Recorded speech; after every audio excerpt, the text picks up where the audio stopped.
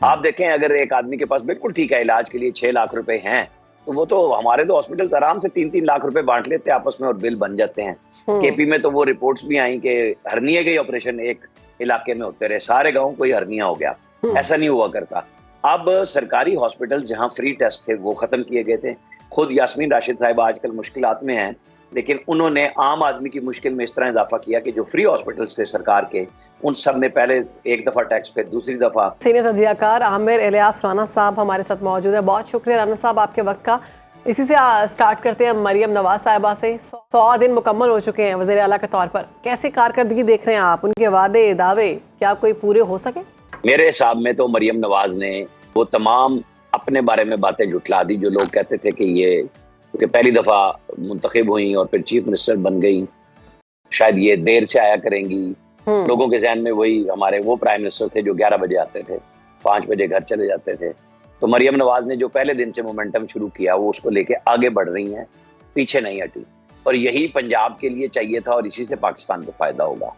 چاہے وہ مہنگائی کم کرنے کے لیے کوششیں ہوں, انتظامیہ کو متحرک کرنا ہو, یا جن چیزوں کی ضرورت ہے جیسے ابھی آپ نے پلاسٹک بیگ کی کہی, پھر ایگریکلچر میں وہ جو اسموک کا ایشو آ گیا اس کے اوپر ہو گیا, آئی ٹی کے لیے ہو گیا, نوجوانوں کے لیے چیزیں, ہر طرف وہ بھاگ رہی ہیں.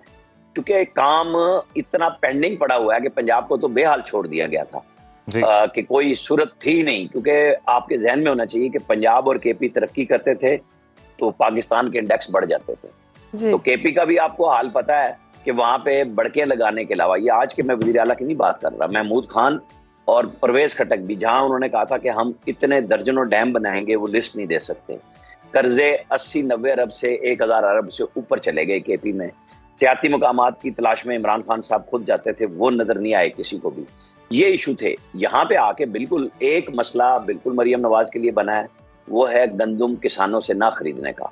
اب وہ ان کی ایک پالیسی ہے کہ ہم سپورٹ پرائس کے اوپر اپنے بیلنس کو خراب نہیں کریں گے. کسان کو نقصان ہوا ہے اس سے, کہ ورنہ ان کو پیسے زیادہ اچھے مل جاتے تھے. اب وہ کہتے ہیں جیسے چاول مارکیٹ پرائس پہ چھوڑ دیا گیا ہے تو اس نے گرو کیا اور ایکسپورٹ میں بھی بڑھ گیا. یہی گندم میں ہے کہ جی ہم مارکیٹ میکینزم سے نکلیں, مارکیٹ کا جو فری مارکیٹ ہے نا اس پہ جائیں. اچھا رانا صاحب, آپ کو کیا لگتا ہے کہ یہ بات صحیح ہے, یہ ہیلدی ٹرینڈ ہے کہ وزیر اعلیٰ کی کارکردگی کا موازنہ کرنا, کیونکہ موازنہ کیا جاتا ہے موجودہ وزیر اعظم شہباز شریف کے اس دور حکومت سے جب وہ وزیر اعلیٰ پنجاب تھے, تو ان کی کارکردگی سے موازنہ کیا جاتا ہے؟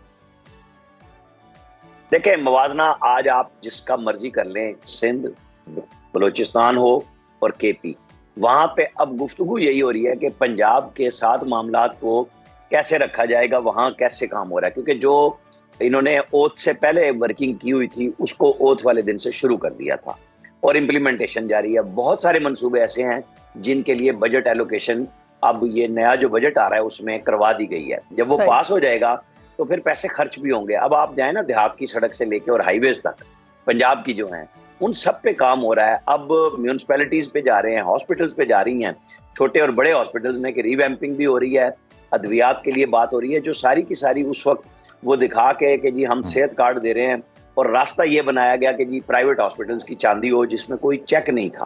آپ دیکھیں اگر ایک آدمی کے پاس بالکل ٹھیک ہے علاج کے لیے 6 لاکھ روپے ہیں تو وہ تو ہمارے تو ہاسپٹل آرام سے 3-3 لاکھ روپے بانٹ لیتے ہیں آپس میں اور بل بن جاتے ہیں.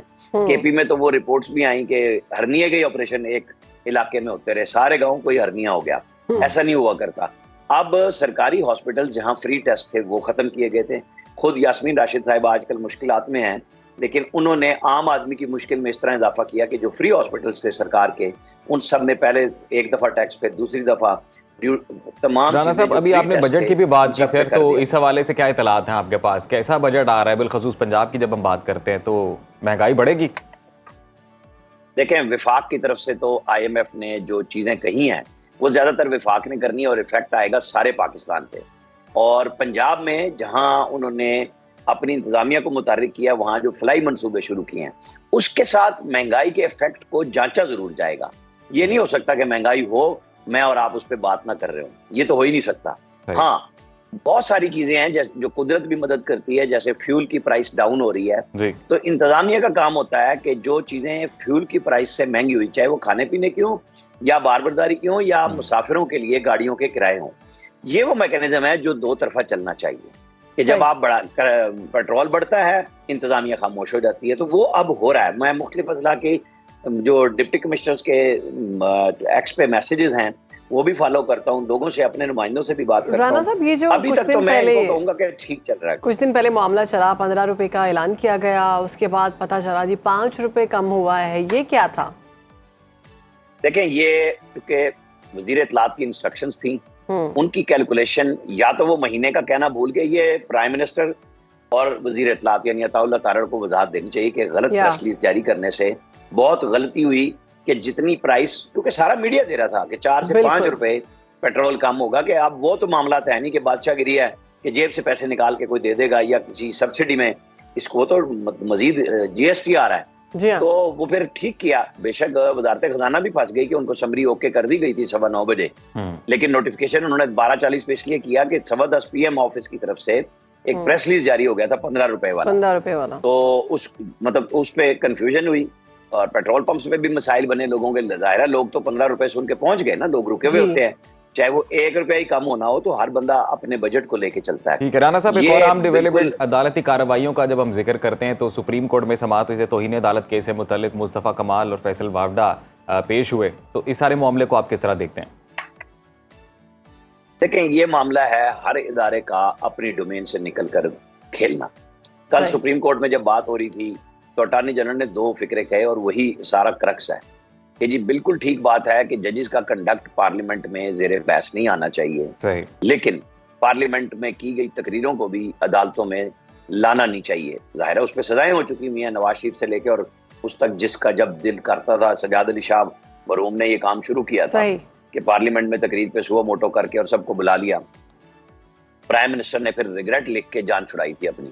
اب مجھے آپ یہ بتائیں کہ اس وقت ایگزیکٹو یعنی ہماری انتظامیہ, ہماری پارلیمنٹ, مقننہ اور عدلیہ, اور ایگزیکٹو میں آپ سمجھے پاک فوج شامل ہے, وہ کوئی باہر نہیں ایگزیکٹو سے, یہ سارے ایک دوسرے کے آمنے سامنے نہیں آ گئے. اور نہ ججز کا غصہ کم ہونے میں آ رہا ہے.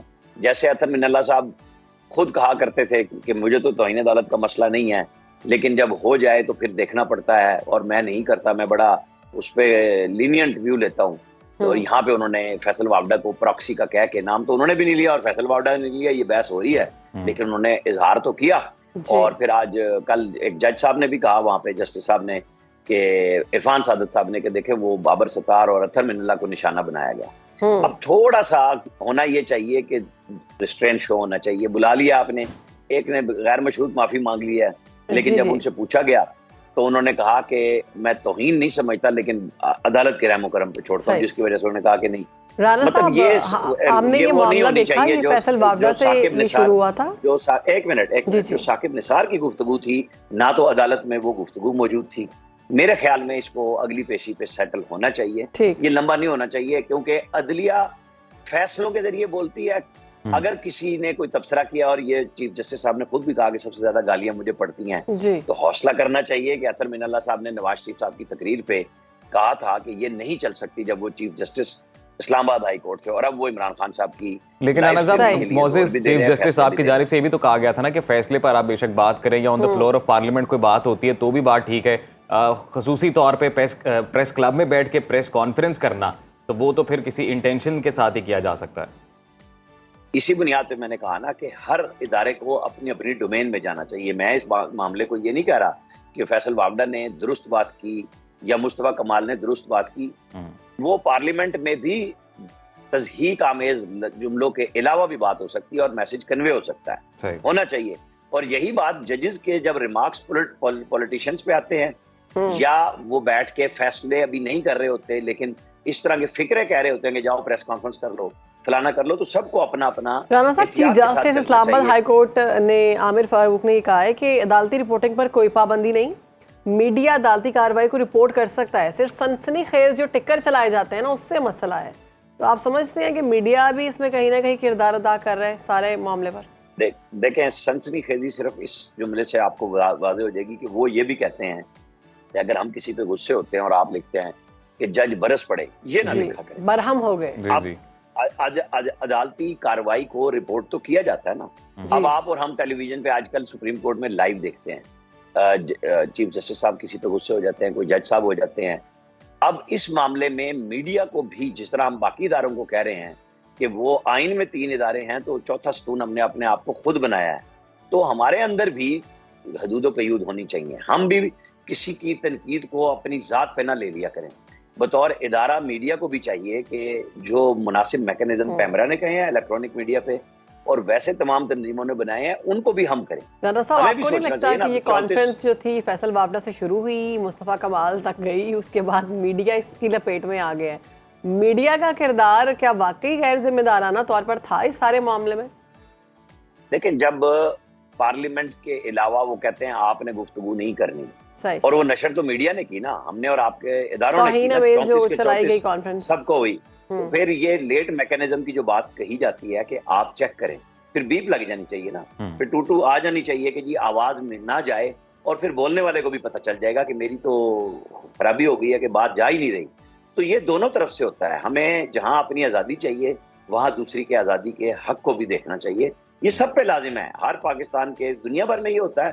تو ہم کیوں مادر پدر آزادی چاہتے ہیں کہ جی ہم جو مرضی کہہ دیں اور ہمیں کوئی کچھ بھی نہ کہے. لیکن رانا صاحب یہ تھوڑی سی بہرحال ایک ٹیکنیکلٹی دیکھنے اس کی معاملے چیز میں ایسے بھی ہے نا کہ ایٹ دا سیم ٹائم وہی پریس کانفرنس بغیر سینسر ہوئے اگر سوشل میڈیا پر اویلیبل ہوگی تو آڈینس ساری سوشل میڈیا پر ڈائیورٹ ہوتی ہے، پھر ٹی وی کوئی نہیں دیکھے گا. اب یہی تو وہ بات ہے جو بیٹھ کے کرنے والی کہ جی ٹیلی ویژن پہ تو پہلے ہی کمزوری آ رہی ہے. جی یہاں پہ لوگ ینگ نسل تو جا ہی دوسری طرف رہی ہے نا کہ ادھر جا رہے ہیں نوجوان سارے کے سارے. تو یہ بیٹھ کے ہمارے میڈیا کی جو تنظیمیں ہیں ان کے سوچنے کا کام ہے کہ ہم اس کے اندر اور ادھر پھر جب سخت لاز بننے جا رہے ہیں پھر ہماری چیخیں نکلتی ہیں کہ جی یہ تو بالکل بولنے پہ پابندی ہو رہی ہے. وہ سوشل میڈیا کی بالکل ریلیونٹ اتھارٹیز کو بیٹھ کے قانون سازی کی جانی چاہیے. رانا صاحب وقت کم ہے، جاتے جاتے ایک اور اہم خبر سے متعلق آپ کے ریمارکس جاننا چاہیں گے، اور وہ یہ کہ رانا ثناء اللہ نے کل ایک نجی ٹی وی چینل کے پروگرام میں بات کی اور کہا کہ جی حکومت اب بانی پی ٹی آئی پر مزید مقدمات بھی بنانے والی ہے، کیونکہ جس طرح سے مقدمات ان کے ختم ہو رہے ہیں لاگے سے رائے کہ وہ بری ہو جائیں گے. آپ کو کیا لگ رہا ہے؟ دیکھیں عدالتوں کی طرف سے خان صاحب کے ساتھ لینینٹ ویو آپ اور ہم لاہور ہائی کورٹ میں بھی دیکھ چکے، اسلام آباد ہائی کورٹ میں بھی، کہ وہ گھنٹوں لیٹ ہوتے تھے، وہ ہائی کورٹ کے گیٹ پہ کھڑے ہو کے اپنے لوگوں کے اندر بیٹھے رہتے تھے، ججز انتظار کرتے تھے. ججز نے 2 درجن مقدمات میں بھی ان کو ضمانتیں دی اور یہ بھی فیصلہ دیا کہ آنے والے مقدمات میں بھی ضمانت. تو یہ انگیخت بھی ہوئے، انتظامیہ بھی ہوئی کہ بھی یہ کیا ہو رہا ہے کہ کسی مقدمے کو میرٹ پہ جا کے تمام چیزوں کو دیکھنا چاہیے. مقدمات تو بالکل تیار ہیں، ان کے نیب کے لیے ہیں، اور جب آپ کی لڑائی اسٹیبلشمنٹ کے ساتھ ہو اور آپ چاہتے بھی ہوں کہ اسٹیبلشمنٹ گھٹنوں کے بل آئے اور اسٹیبلشمنٹ نہیں آ رہی، وہ باقاعدہ جواب دے رہی ہے، تو پھر عدلیہ جہاں ان کے ساتھ یہی تاثر بن رہا ہے نا کہ بہت زیادہ فیور دی جا رہی ہے، تو پھر اس طرح کی باتیں رانا صاحب آپ کو لگتا ہے کہ آفیشیل اکاؤنٹ سے اگر سخت ٹویٹ کیے جائیں اداروں کے خلاف یا بالخصوص اسٹیبلشمنٹ کے خلاف تو یہ بھی ایک ٹیکٹک ہے یا یہ اوور کانفیڈنس ہے؟ آپ کو کیا لگ رہا ہے؟ یہ دونوں چیزیں ہیں. ان کا خیال یہ ہے کہ اس حربے سے ہم دبا لیں گے. عدلیہ اسی حربے کے نتیجے میں لوگ کہہ رہے ہیں نا کہ دباؤ میں ہے، کہ ٹرولنگ ہوتی ہے، سب ایک طرف چلے جاتے ہیں، تو یہ ان کا خیال ہے اسٹیبلشمنٹ کو وہ دبا لیں گے. تو یہ ایک لڑائی ہے بٹ رانا صاحب آپ نہیں سمجھتے کہ یہ اس سے پہلے بھی جو سیاستدان تھے دوسری پارٹیز بھی یہی کرتی رہی؟ فیصلہ ہوگا نہیں دیکھیں دوسری پارٹیوں نے 9 مئی نہیں کیا. آپ ایک دم سب کے ساتھ ایک دم سب کو نہیں ملا سکتے. نواز شریف ہوں، بے نظیر بھٹو ہوں، کتنی دفعہ حکومتوں سے نکالا گیا. کیا وہ اپنی فوج پہ چڑھ دوڑے؟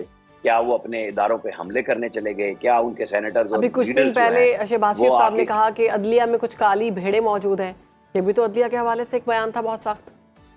دیکھیں گفتگو اور اس کے اوپر اٹارنی جنرل کا جواب آیا اور بات ہے. ایک ہے چڑھائی کر دینا اور پھر یہ بتانا کہ اگر مجھے پکڑو گے تو میرے لوگ کنٹونمنٹ میں نہیں جائیں گے تو کہاں جائیں گے.